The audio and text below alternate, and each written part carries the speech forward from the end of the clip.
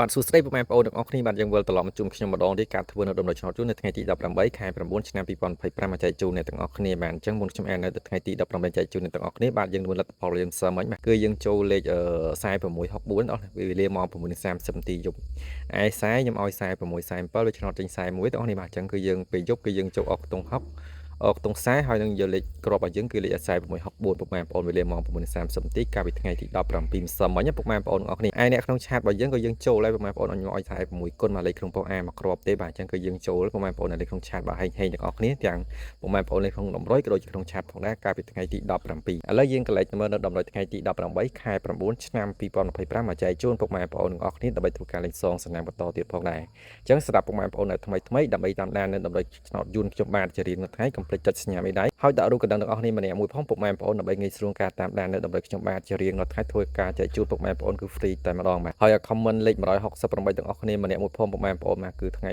ទីហ្នឹងគឺ18គឺបិណ្ឌ11ពុកម៉ែបងប្អូនបាទទាំងអស់គ្នាបាទបានប្រហែលវត្តហើយទាំងអស់គ្នាបាទចឹងជួយ comment ទាំងអស់គ្នាម្នាក់មួយផងបាទ3វត្តដាក់បាន3វត្តមកទាំងអស់គ្នាហ្នឹងហើយវិសាខ្ញុំគឺបាន2វត្តហើយទាំងអស់គ្នាបាទអញ្ចឹងឥឡូវយើងមកមើលនៅតម្រុយឆ្នោតយើងបន្តទៀតផងដែរអញ្ចឹងគឺមានចំនួន2ខ្ទង់គឺមានខ្ទង់10និងខ្ទង់60បាទ10គឺមានលេខ14 19លេខឯ60គឺមាន64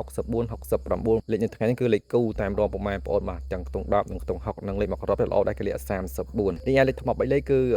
លេខត្រឡប់បាទគឺមានដូចជាលេខ41 91 46 96និង43លេខខ្ញុំពុកម៉ែបងប្អូនអស់លេខចាក់ត្រង់នឹងត្រឡប់បានហើយពុកម៉ែបងប្អូនបាទអត់ចាក់រងទេបញ្ជាក់ទាំងអស់គ្នាបាទ